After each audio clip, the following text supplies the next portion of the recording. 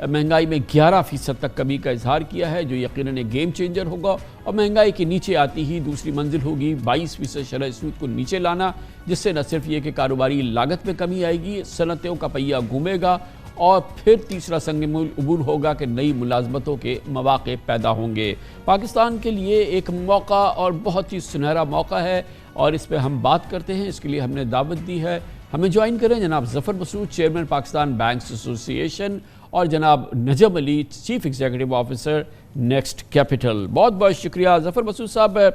ہم نے پہلے بھی کافی اس طرح کے زمانے دیکھے ہیں کہ لوگوں میں ایکسپیکٹنسی ہے، آپٹیمزم ہے، لیکن اس دفعہ جو صورتحال ہے اس میں کافی پریکٹیکل سالڈ ہمیں ڈیولپمنٹس نظر آ رہی ہیں۔ ایک تو ہمارے اکنامک فرنٹ پہ، اور دوسری جانب جو ہماری فورن ڈائریکٹ انویسٹمنٹ کے حوالے سے آج جیسے کہ سعودی ڈیلیگیشن نے بڑا اس کا روبسٹ سیشن رہے ہیں اور بہت تعریف کی۔ ابھی آپ نے دیکھا کہ سعودی فورن منسٹر نے پاکستان کی پریزنٹیشن کی اور کہا کہ یقیناً سعودی سرمایہ کاری آئے گی۔ دوسری جانب IMF سے جو ہے ہماری بڑی اچھی اوپننگ ہوئی ہے، مذاکرات کی چیزیں آگے بڑھ رہی ہیں۔ لگ رہا ہے کہ اگر ہم نے کوئی بڑی غلطی نہیں کی تو ہم یقیناً ٹیک آف سٹیج پہ آ رہے ہیں۔ آپ کو یقین ہے اس بات کا؟ جی بالکل کامران بھائی، کوئی شک ہی نہیں ہے، اور بہت خوشی کی خبر ہے کہ یہ جس طرح سعودی ڈیلیگیشن پاکستان آیا ہے، for me it's harbinger, it's good news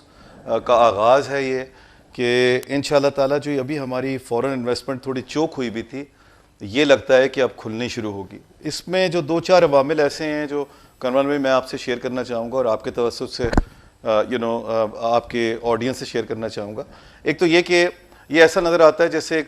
جس طرح ہماری ایک political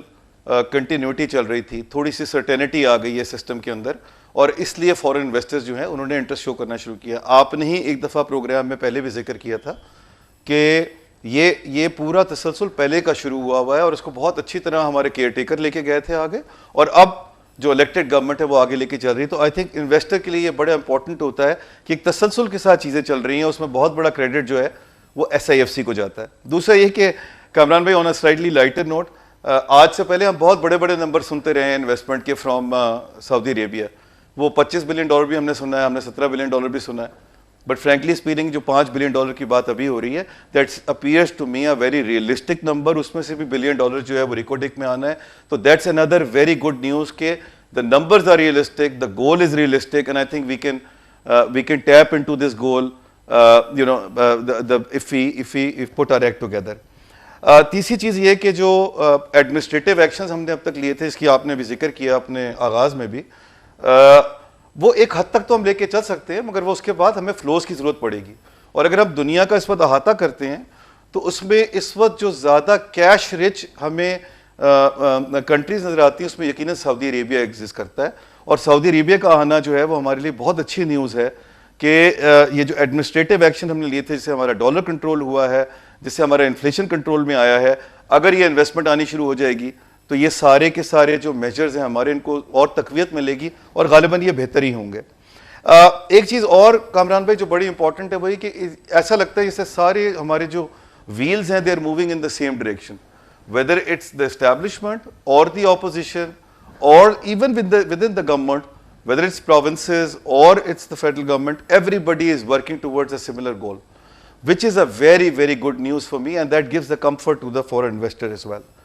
And then of course from the reform side, جس طرح آپ نے فائنانس منسٹر کی بھی بات سنائی،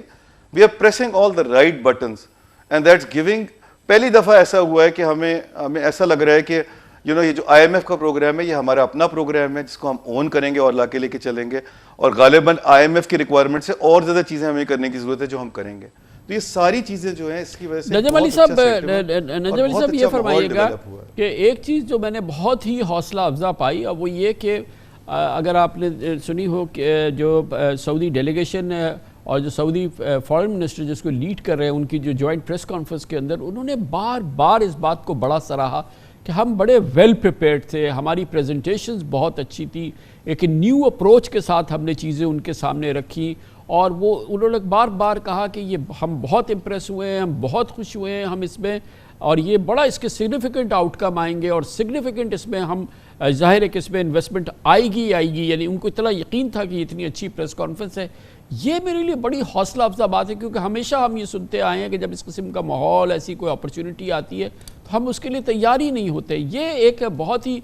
پازیٹیو بات ہے کہ ہر سیکٹر کی ہمارے پاس زبردست پریزنٹیشن تھی. ہم نے ایک زبردست مینیو کارڈ رکھا جس کو انہوں نے بہت پسند کیا, بہت امپریس نظر آئے. دس از سم تھنگ ویری گڈ.